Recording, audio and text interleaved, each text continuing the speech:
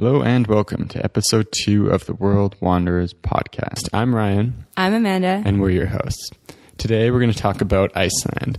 It was the first stop on our first 6-month trip around the world. Yeah, so we went to Iceland in June of 2011. First stop, 6-month trip. It was a little bit of a strange choice, but we definitely had a reason for choosing it. Ryan, do you want to start with why you were thinking Iceland as our first stop? Yeah, it's kind of convoluted, I guess. But the reason we went there, like the hard reason, is that we found cheap flights to Europe through Iceland. I kind of had an interest in Iceland because it's kind of a nifty place. Yeah, not I mean, it's not. There. Yeah, exactly. You don't really hear many of your friends being like, "Oh, I'm going to backpack Europe. I'm going to go to Iceland." Yeah, and then we'd found the flights through Iceland Air. Yeah, so Iceland Air is great for anybody who's going over to Europe. They do really good flight packages over to some of the main hubs in Europe, such as London or potentially Amsterdam. I'm not positive. I think Amsterdam, too. I think Amsterdam, but I'm not positive on that. And they go from big cities in Eastern Canada as well as Eastern United States. And you get crazy good deals, and you can stay a few days in Iceland. So we're like, why not? Yeah, I didn't know too much about Iceland before you even booked our trip there. I think my only interactions with it were them as the villains in Mighty Ducks 2. I don't even think I knew that. I think you knew that. Maybe. Yeah, I'd seen Mighty Ducks 2, but... Then volcanoes. It was funny as we were preparing to go to Iceland, because this was in 2011 where they were having all those volcanoes erupting and all the flights in Europe were canceled. And it was kind of nervous about not being able to go. A little bit. I wasn't too worried about it. I was just going to say, I don't think I was worried at all. Like, people were like, "Oh, are you stressed you're not going to be able to get to Europe? Like, oh, that's going to suck, like, blah, blah." And I was like, oh, whatever, we'll be fine. Yeah. So why I wanted to go was like, oh, Iceland, that's cool. It'd be a cool place to go and a cool place to have said I have gone. Yeah, the landscape, it interested me, and the flights are cheap. Yeah. I mean, for me, I didn't know too much about Iceland at all. I think it was you who probably found the flights, because you're usually better at finding that sort of internet stuff than me. And I was like, cheap flights, I'm down. New place, I'm down. And like yourself, I'm always interested in seeing somewhere that other people haven't been. I guess that was sort of my mindset at the time. Now I really like the idea of untouched tourism. So I think Iceland is definitely still there with untouched tourism. I wouldn't say untouched, but yeah, it's not a major tourist destination in any sense. Yeah, maybe untouched isn't quite the right, but it's not trampled over by tourism. No, definitely. You can go a lot of places and you're like the only person around. So would you want to start with some few facts about Iceland? Yes.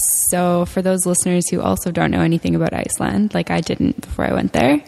So Iceland is located near to Greenland. If you look on a map, Greenland is the massive chunk of ice, I guess it is. And then Iceland is a small country to the east.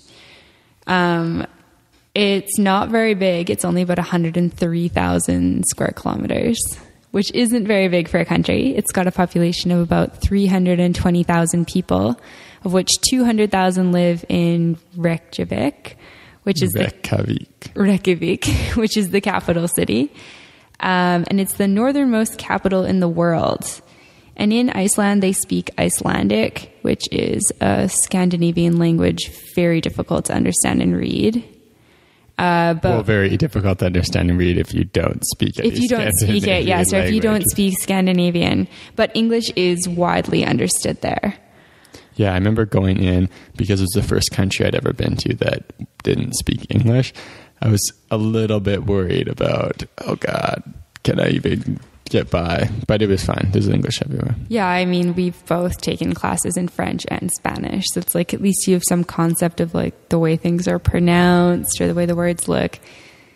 Scandinavian language is very, very hard to, like, you try to even meet pronouncing Reykjavik. I mean, it looks like Reykjavik in English, and then that's not it at all.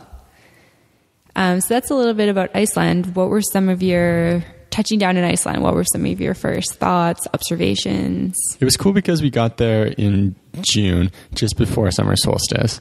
So I think we got there the 17th of June. The 16th, I think. So we get in just before midnight and the sun is literally just setting.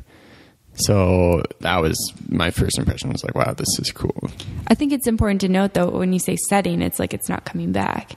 But the sun never actually fully sets in June. It goes a little bit below the horizon, but then it comes right back up. Yeah. So it was interesting landing in a country at 11:30 midnight and having it still be light out and having it not get dark. Yeah, that's kind of what I said. You said sun setting. I just want to clarify for our readers that it's not like, listeners, sorry, that as we landed, it's not like it got dark, because it never did get dark. It's kind of like a dusky thing for a few hours. Yeah. Kind of like that 11:30 to 3 something. It's kind of like a dusk looking gray. Mm-hmm. It's never fully dark the way that, people imagine night being, though. And then once you get out of the airport, you're immediately struck by the landscape, because it's kind of, the airport's kind of, when you start driving towards Reykjavik, it's more of like just lava fields. Very cool. Yeah, I think one thing that I wrote in my journal was that it was like a very desolate landscape, and that there was parts of it that reminded me kind of the prairies, and then there was parts of it that reminded me of Hawaii, because it was very volcanic. Yeah. Cold. A very cold Hawaii. Yes, definitely not warm. So we made our way into Reykjavik and our hostel, which was, we stayed at the Reykjavik Backpackers, which was a pretty nice hostel. Yeah, it was. And so we found Reykjavik Backpackers on hostelworld.com, which is, I don't know if I want to call it like the Traveler's Bible. I don't know. Well, it's definitely my go-to for sure in terms of booking. Yeah, it's such a good resource. It's one of those things where it makes you wonder how people did things before it existed.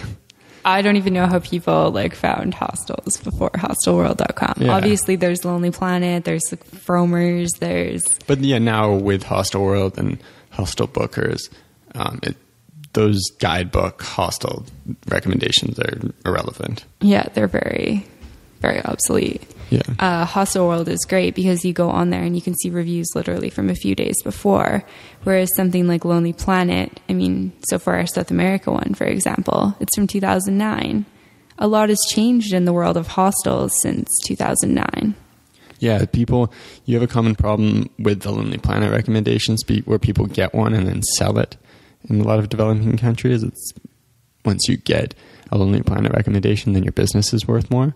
Like restaurants and hostels doing that. But now with TripAdvisor and Hostel World, you can't do that, because 3 weeks later, when your business starts going downhill because you got a recommendation, people know about it. It's all over the place. For sure. Your ratings just start to drop. It's funny though. So in 12 months of traveling, staying mostly in hostels, we've probably spent close to 250 nights in dorm rooms. Yeah. Maybe. And the very worst snore we've ever shared a room with was my very first night in a hostel in Reykjavik. Yeah, and the first night of our trip together.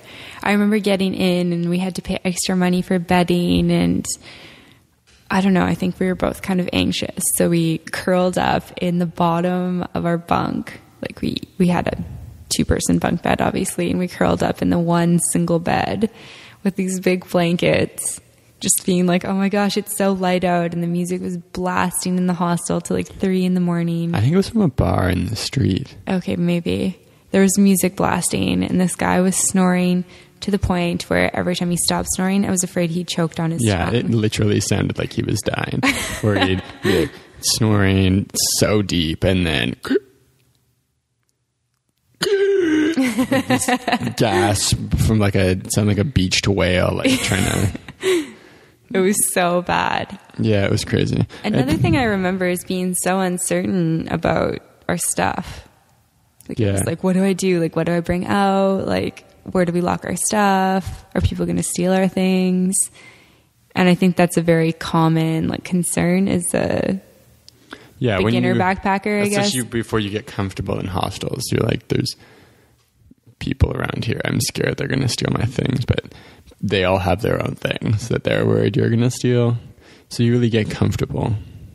You do. It does take time, though. And I mean, I still think it is important, like, to lock up something that's valuable, you know, like your passport, your money. Because there are people in hostels who steal stuff. Yeah.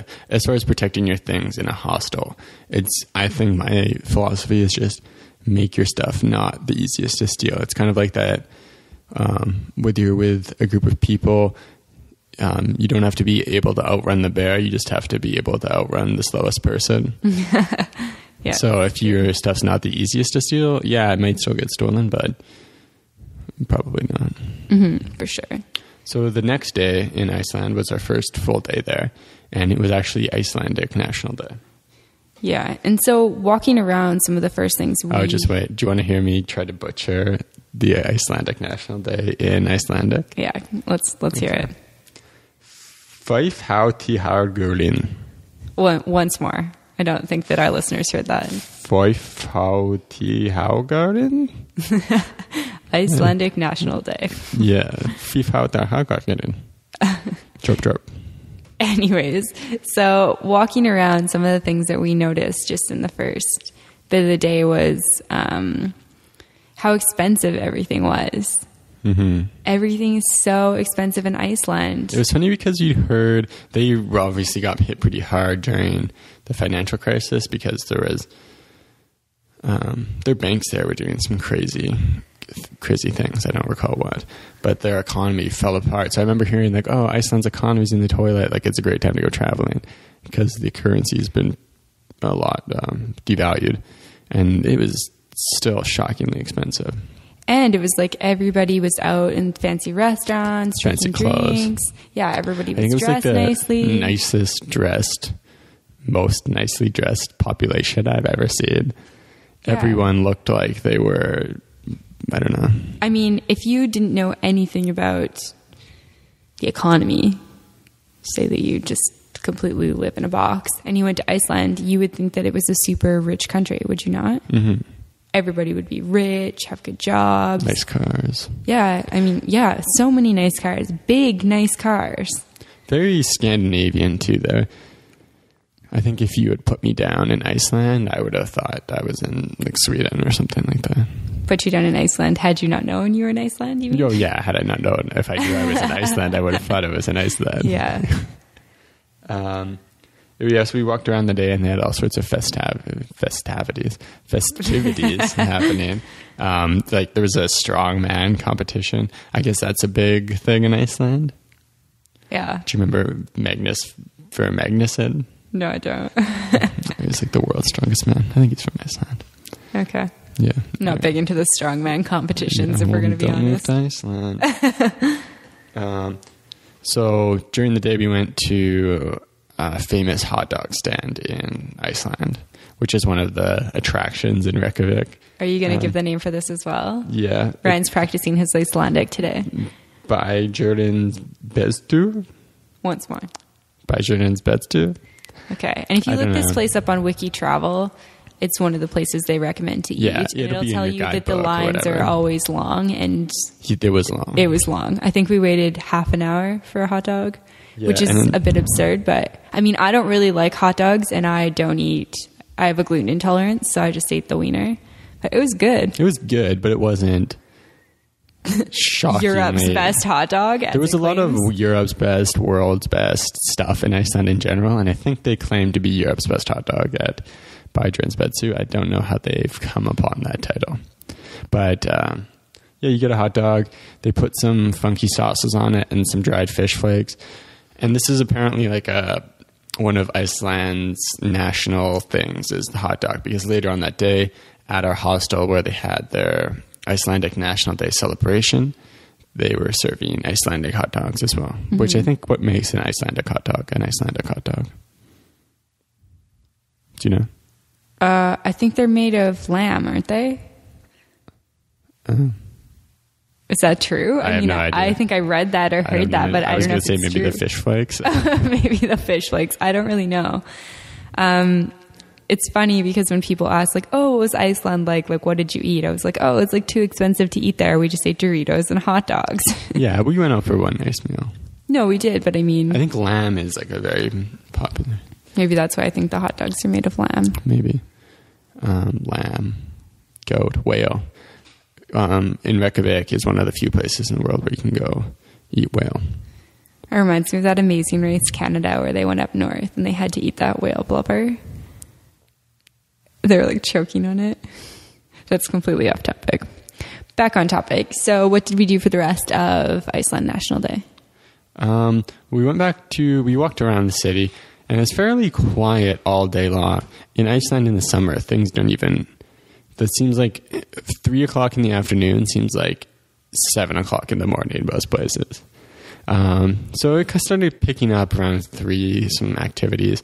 And then we went back to our hostel in the early evening for our hostel's Icelandic National Day celebration. Which obviously included hot dogs. Yeah, hot dogs and Icelandic trivia, which we were both atrocious at.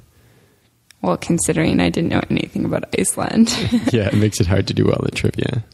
And we met up with some people from our hostel from different parts of Canada. One guy was from Edmonton living in Norway. American guy. Yeah, 2 American guys, a Canadian brother and sister. Just a group of people that would only be brought together by a trivia night at a hostel. For sure. And I think that was, being at the very beginning of a 6-month trip, this was interesting for us because, we had a pretty solid group of friends in university that we always hung out with and, people that very well.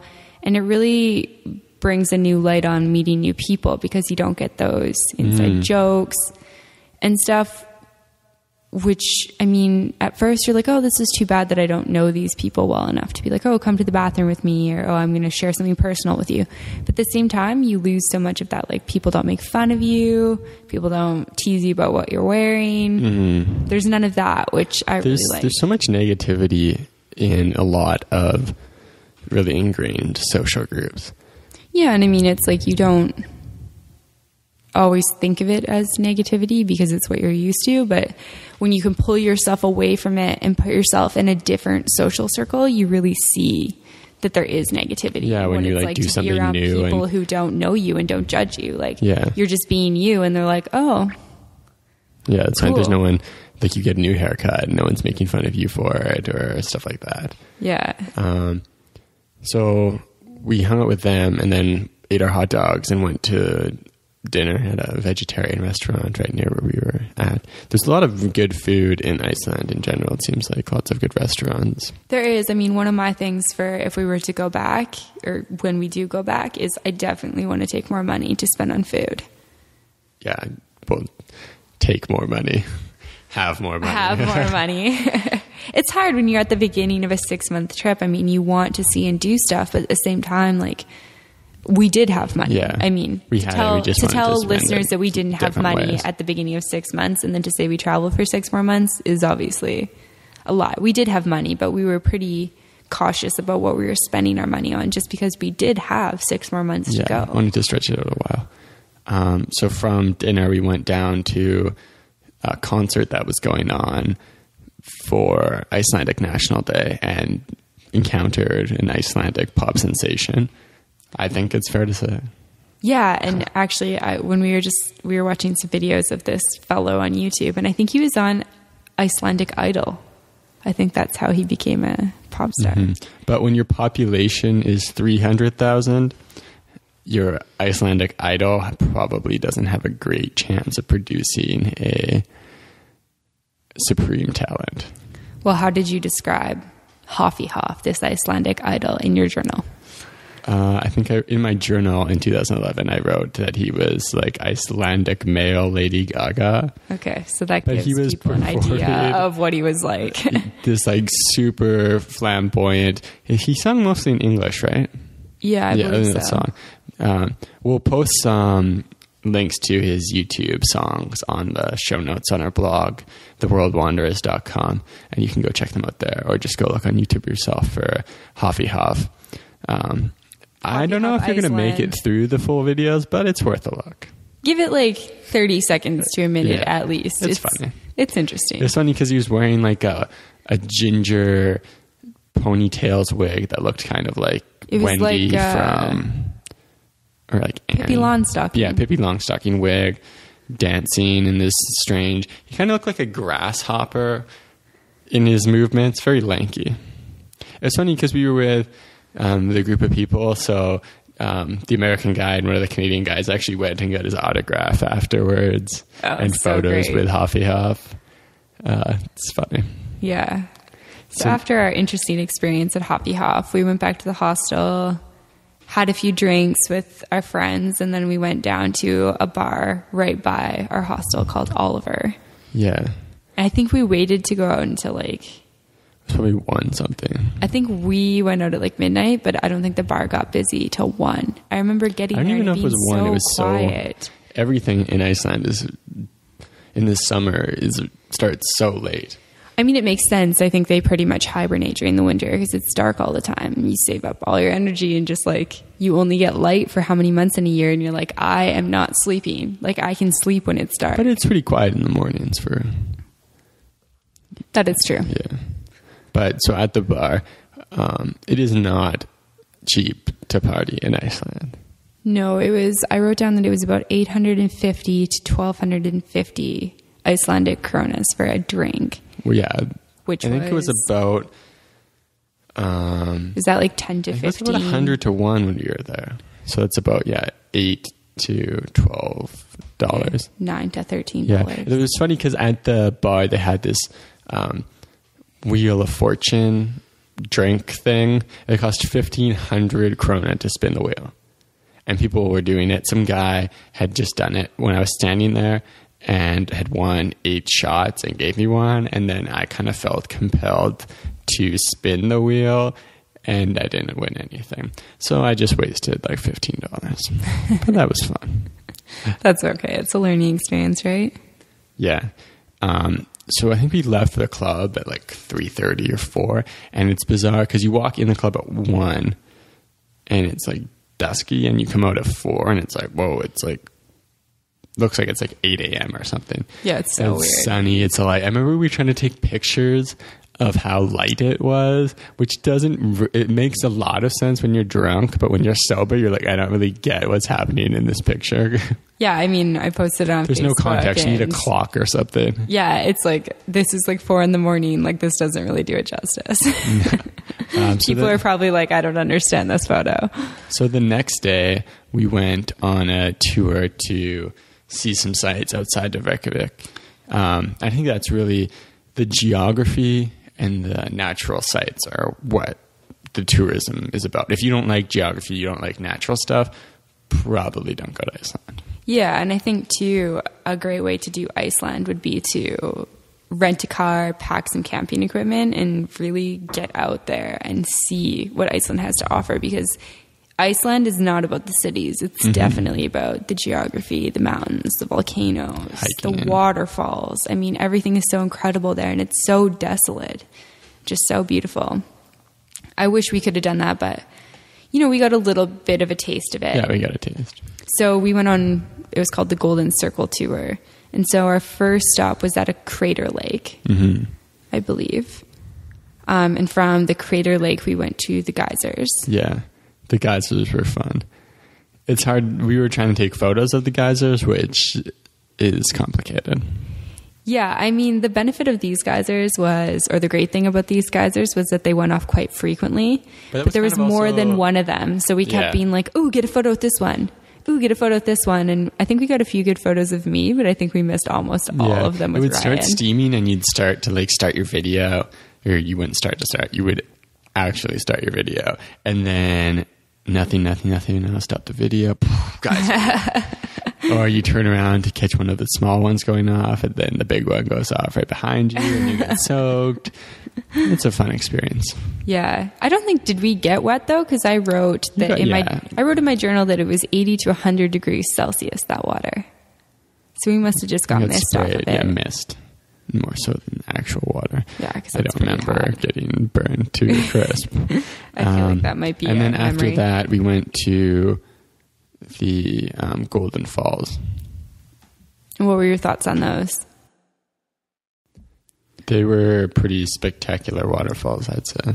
Yeah, I really liked them. I liked how they went sort of in layers, kind of like steps. So it was like the waterfall went down sort of in one curtain step, and then there was another one. Yeah, it was like a staged turning waterfall. Yeah, and I remember getting to walk around quite a bit over through all the rocks and stuff. We really got great views of those waterfalls. Yeah, it was really cool being there too, because there weren't, if that was in like mainland Europe or somewhere else, there'd be a ton of people there, but there's probably like 50 people. So you could get cool photos with no one in them. Like we just recently went to Iguazu Falls on our most recent trip, and trying to take photos of that, or even stopping to appreciate how beautiful it was kind of a problem, because there's always a lineup of people behind you.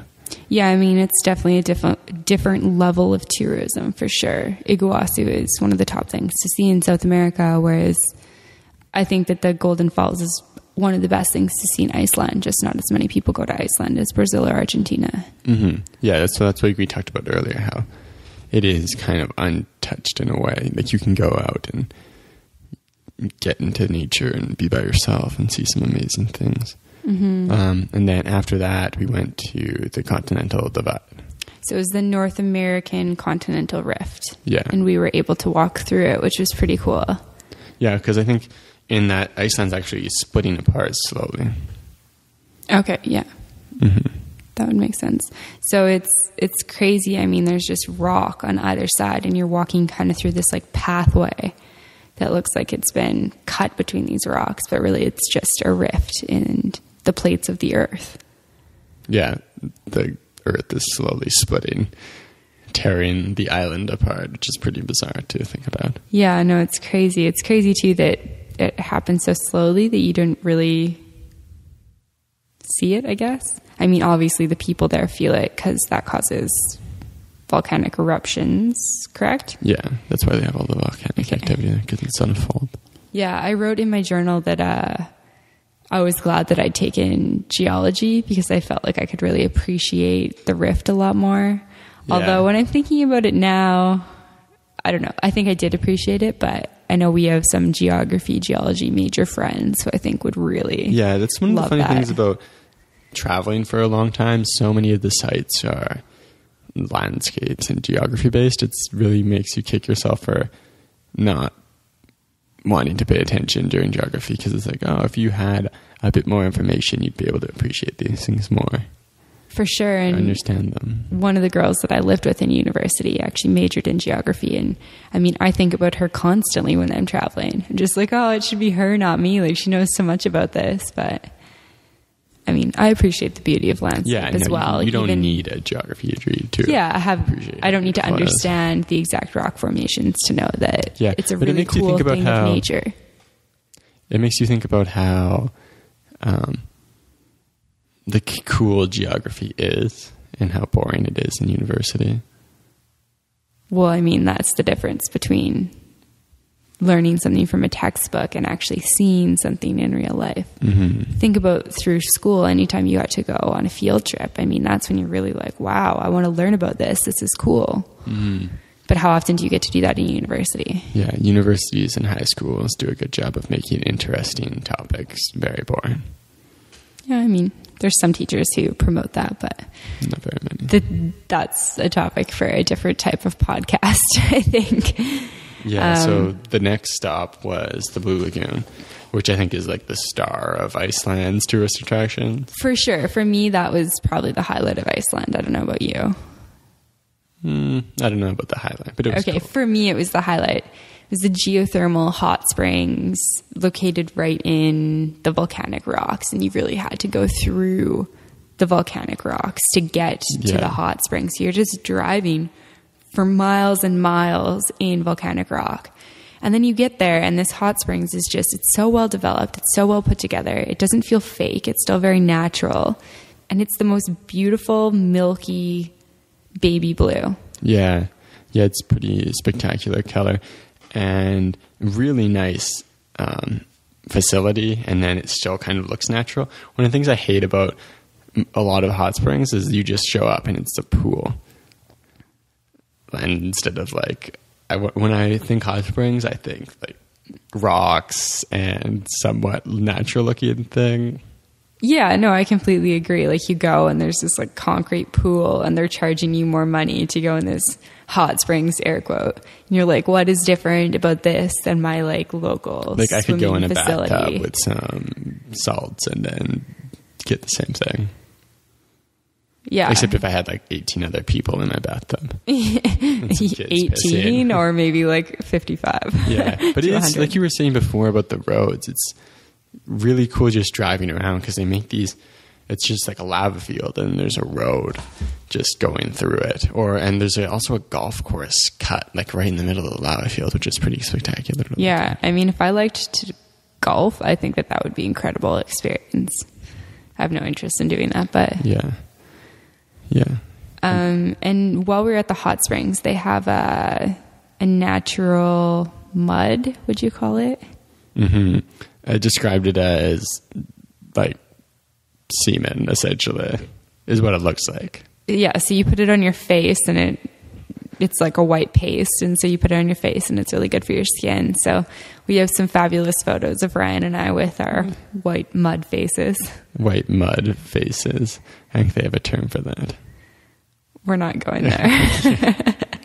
But it's keep really this family cool. friendly, Ryan. It's a massive pool. So there's lots of like, there's a waterfall, then there's like hotter spots and colder spots, and you can kind of swim around, and you get wristbands that are linked to your locker and linked to your account. So then you can just get drinks and snacks and on the school without even thinking about the money, which is cool while you're doing it. Not so cool afterwards. Well, everything's so expensive. Yeah. Anything else about Blue Lagoon? I think it was cool because we didn't even go there until I think it must have been 7:30 or 8 p.m. Yeah, it was late. And I think the sun was just starting to kind of go down. Like it felt like late afternoon. Yeah, it's weird looking back on my memories from Iceland. It's hard to put them in order because there's no real like it's hard to figure out what time anything was at, because you think about it and like from 7:30, 8, 9, that still seems like afternoon. Like there's still a lot of sun in the sky. It's still quite bright out. So the days are just epically long. So you kind of lose track of what became before what. Yeah, and to reading through my journal, I mean, I didn't think about how different I am now that I'm 25, I guess, as opposed to 22. But I think we stayed out till like 3 or 4 in the morning and got up at like 7 or 8 for a full day tour and had this crazy long tour. Went to the Blue Lagoon, and then from the Blue Lagoon, we went out for dinner at 10:30 p.m. It's funny because 10:30 p.m. was a very standard time for a dinner in Iceland. Yeah, and I think we just kind of were like, okay, I guess we'll roll with this. Like, that's kind of what you have to do there. You're not really getting the full experience. Yeah. I definitely had a lot more stamina as a 21-year-old. It's shocking how much you could lose in terms of tiredness. Yeah. And so that dinner that night was pretty good. I remember what did you get, a lamb shank? Yeah. Oh. And I got like seared char or something. Yeah. Really good seafood, really good lamb. You could also buy a goat's head, which was a little too expensive to try. Also, I don't know how I feel about goat brain. Yeah, we were eating at a Viking restaurant, though. And that's all over Iceland. There's a lot of Viking stuff. Yeah, they very much have the Viking, Scandinavian sort of thing going on. Well, I remember reading that Icelandic today is very similar to what Viking would have been, or the language the Vikings spoke, because Iceland's so isolated that there hasn't been much invasion of other languages over the course of time. So it's very stayed very pure, I guess, if that's the word you want to use. Cool. So any other comments or things you want to talk about around Iceland, or you want to start wrapping this up? Yeah, I think that we pretty much covered our time there. I remember leaving and thinking, wow, I could stay here for a lot longer.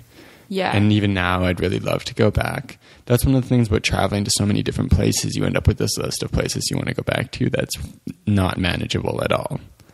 Yeah, and I think, at some point, I think we do have career ambitions outside of just traveling for long periods of time, things we want to do. I think Iceland's a place where I'd love to go for 2 or 3 weeks and travel as opposed to vacation, you know? Take my backpack, maybe take some camping equipment, rent a car, really get out there. Yeah. Renting a car and being able to drive yourself around would be great. I think you could probably hitchhike there too without much drama. Yeah, I think the only thing you'd have to worry about there, and I'm not positive because I haven't done it obviously, but it's very isolated. I mean, I don't know if you'd have to be very open with your time. Like you might wait a whole day for somebody to come by if you're out really in nature. Yeah, and I think the summer for me is when I'd want to go again, but I know you can go in the winter and they have amazing northern lights there. Yeah, I've actually read too, the name is very deceiving. People think Iceland, they think freezing cold, and I guess their winters are actually fairly mild for where they're located. Yeah, so low altitude that you'd be cold but not extreme because the water cools warms things up. It's fine. Winter. I'm from Calgary. I don't get cold. Yeah.